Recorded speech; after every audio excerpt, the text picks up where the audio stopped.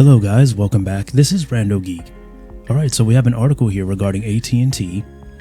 Looks like AT&T is, AT&T is not shy when it comes to talking about their feelings. If AT&T, has something to say, we know that they just go out and say it. If they're not happy with other companies, they will come out and say it. They've done this with T-Mobile, they've done this with Dish. They'll continue to do it because that's just how AT&T is. They're the big brother here, as far as we're concerned. When it comes to the carriers, they've been around the longest. They're the OG, and when they see something they don't like, they say it. So in this case, headline here: AT&T wants big tech like Google and Netflix to pay for a rural internet rollout. Link for the article will be down below in the description. So we're going to cover the article and then we're going to talk about the scenario here, this whole situation. So the belief of AT&T is that big tech has benefited from more people coming online, and they say as a result of that, they should help shoulder the cost of rolling out broadband internet. So AT&T suggested companies like Google contribute to the government's Universal Service Fund, since they directly benefit and profit from that broadband expansion. The USF is one of the key mechanisms to finance the rollout of broadband networks to rural or undeserved areas, but funding is drying up because it relies on fees from traditional phone service. So Rhonda Johnson, who is the Executive Vice President of Federal Regulatory Affairs at AT&T, has proposed the idea in a company post last month, while stressing that reforming the Federal Communication Commission's Universal Service Fund to future-proof the program is a priority, she says. So the recommendation addresses a concern that's been widely shared about the USF, which acts as a lifeline that provides low-income households with phone, internet, and wireless service at a cheaper, subsidized rate, and provides funding for infrastructure build-outs. So the USF, however, is tied to an archaic business that is quickly eroding, meaning it will eventually lack the funds to help anybody. So Johnson goes on to say today's USF funding mechanism was developed in a time where home phone service was the predominant method of communication. She also says, as a result, voice service revenues were and continue to be the primary means by which USF's programs are funded. So Johnson said the current system builds off an outdated framework, which places the financial burden on a few companies and their customers. Contributions from such companies increased by nearly 400%.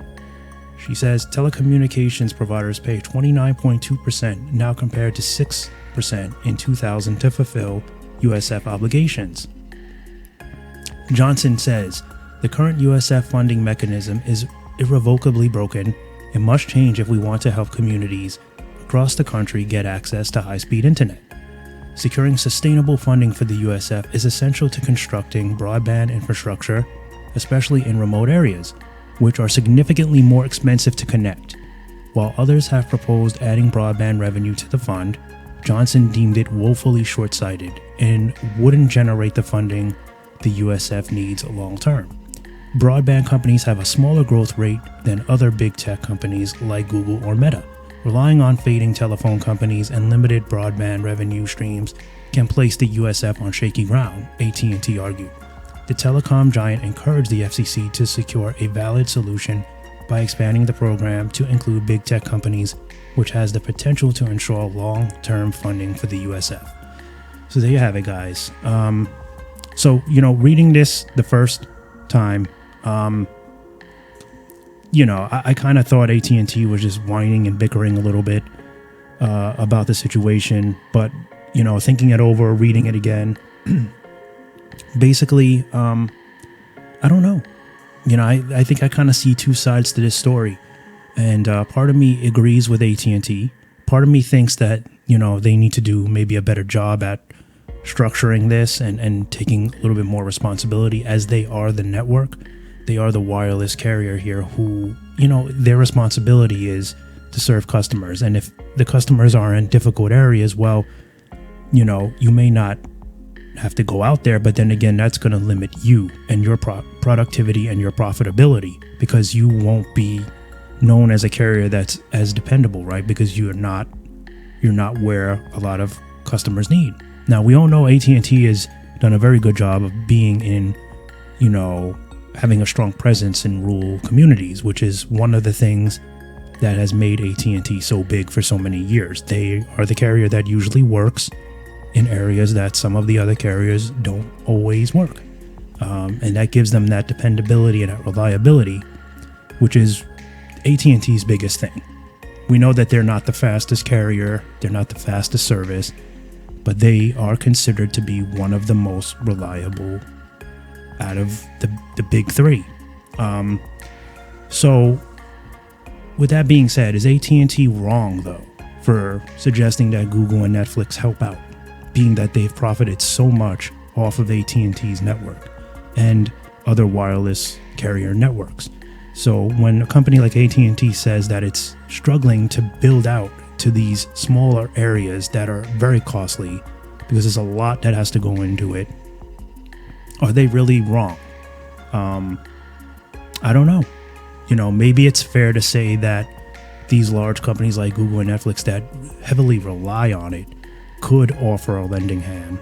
Maybe these companies can all partner up to help build out a good, strong, internet service to these areas that are, in desperate need, farmland type areas where customers are just basically living like it's the 1800s still, with no internet, or the late 90s where it's dial up almost, So I don't know. I'd be very curious to hear what your guys' thoughts are on this topic.